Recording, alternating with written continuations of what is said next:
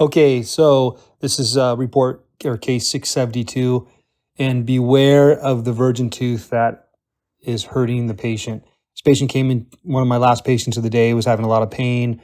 You can see the different x-rays. This is the x-ray at the very end with the cavity in there. So, and these are some CBCT pictures, images.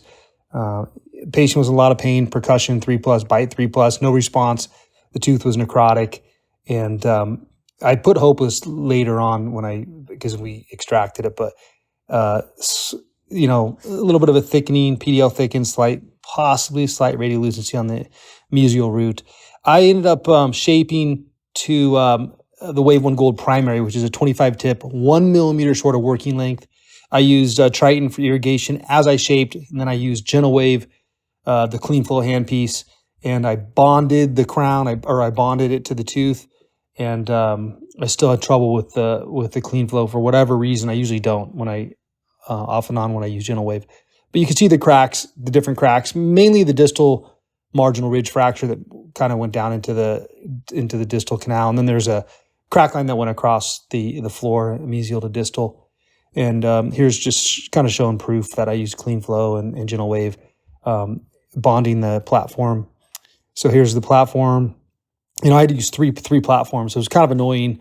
It was like 6 o'clock at night, but we did get it done. We ran the full spectrum, the full Gentle Wave, and ended up finishing and kind of cleaning up. And then I just put cavity in there.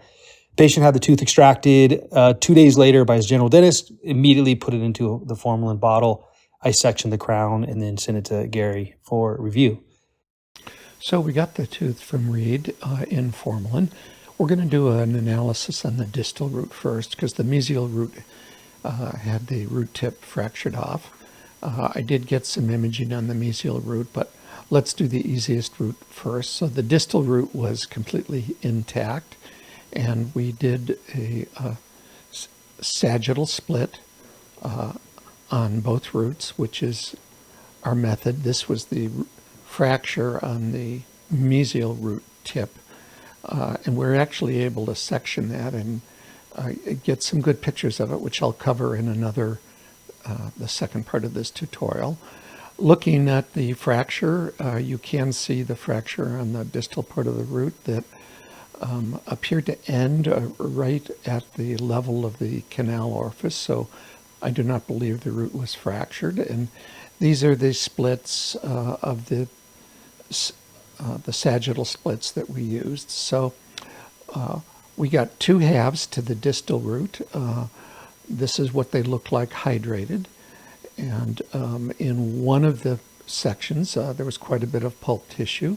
And when you look at that dehydrated, that tissue shrinks down into little tiny pieces. So it's important to kind of understand what you're looking at. So in that D1 part of the distal root, we had several sections of dehydrated pulp present, and we're going to take a look at some of that. But it does raise the question of, where do you actually look in this tooth? And you're all familiar with my feelings on the bias in SEM studies. I love this article because it reviews them very, very well. Not only the fixation and specimen preparation, but also the operator bias. So we're thinking, how do we mitigate some of that operator bias? And I think stitching is one way of mitigating it so that you're not subjected to my bias in looking at this. And at the lower powers, doing a stitch, you can actually see everything that I can see operating the microscope. This is the section of the D1 section, and you can kind of get a sense of what I see when I'm looking at the whole root. But as you increase the magnification, the stitching actually becomes much more important because you're looking at a much smaller area. And even at the 100x stitching, you can still get a pretty good sense of the amount of tissue still left, and also the treatment of the canal wall by the irrigation device. This was a Gentle Wave case. And you can kind of get a sense of the very varied nature of the irrigation device, where there's a lot of open tubules, but also a lot of undemineralized predentin as well, and some instrumentation debris as well. So it's worthwhile taking some time. You know, ideally you want to randomize the areas of interest, but that's not practical. And then I had this idea, well, let's select those areas, but that's not practical either, because each of these stitching areas takes an hour to do each stitch. So then I had an idea, well, let's just select certain areas where we're likely to have items of interest, and this is more doable. But then even at the higher power, because when you look at these areas at the higher power, you can only look at a little tiny area. This is at 1000x, and you kind of get a sense of the predentin and pulpal tissue that's still present. So I urge you to go to the website, or the site, the MIE site, and really take a look at these, because you can really educate your pattern recognition and get a sense for what these irrigation devices actually do. There was quite a bit of dentin and predentin, or predentin and pulp tissue still present here.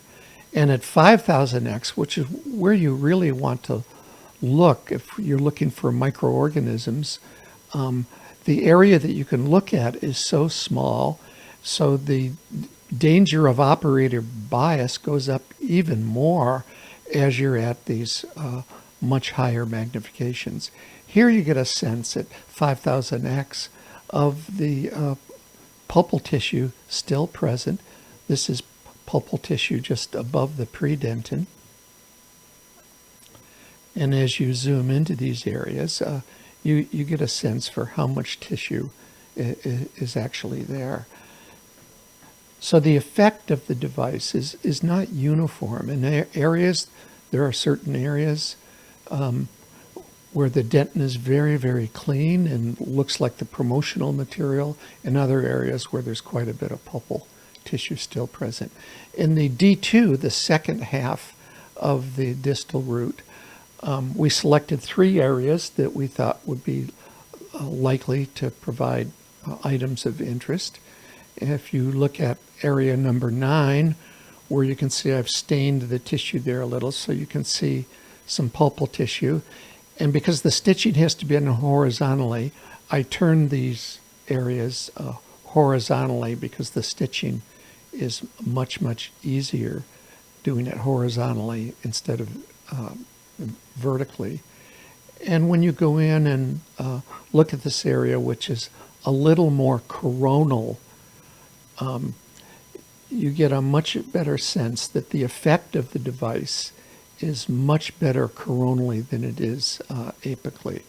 And here you can see still quite a bit of predentin is still present, but areas of where the instrument did not touch, and other areas where the instrument did touch, you can see the smear layer there, and other areas where the dentinal tubules look very, very clean.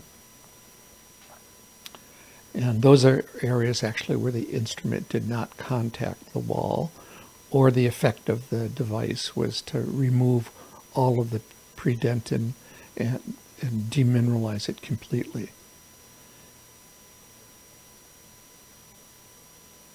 And then at higher power, you get this looks more like the promotional material of the device, where you have very clean dentin, but also areas where there's quite a bit of undemineralized predentin still present. In some of these areas, you really get a good sense of the undemineralized chalcospheroids that are present in the predentin. There you can see those are the round objects.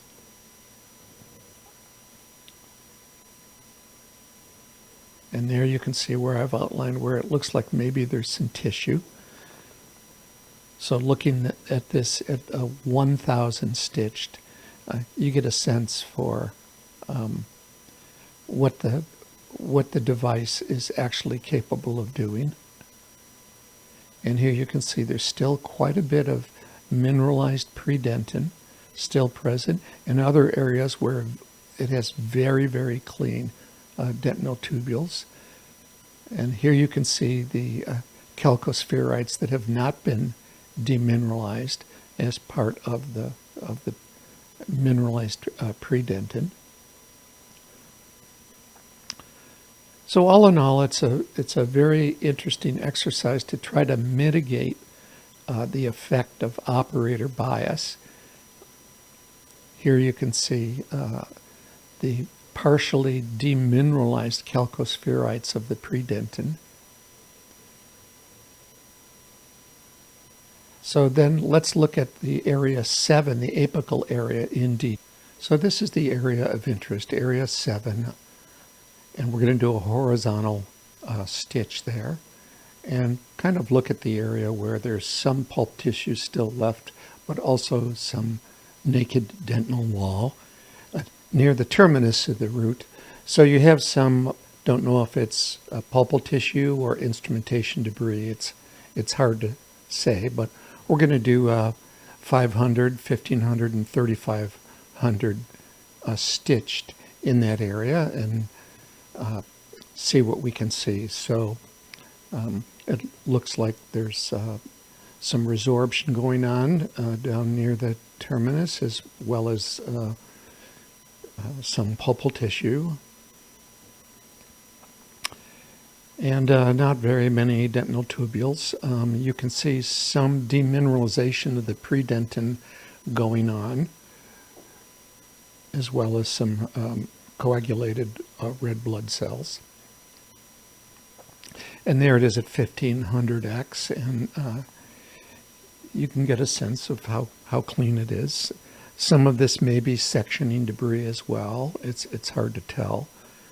When we do the sectioning, we get some debris in the canal. But looking at the naked dentinal wall, you get a sense for the activity of the irrigation device. So it's pretty much a non-demineralized predentin that's present, obviously in the process of being demineralized. And you get a pretty good sense of what the tool is able to do. And that looks like it's... So in all of these sections, I detected no evidence of any microorganisms anywhere.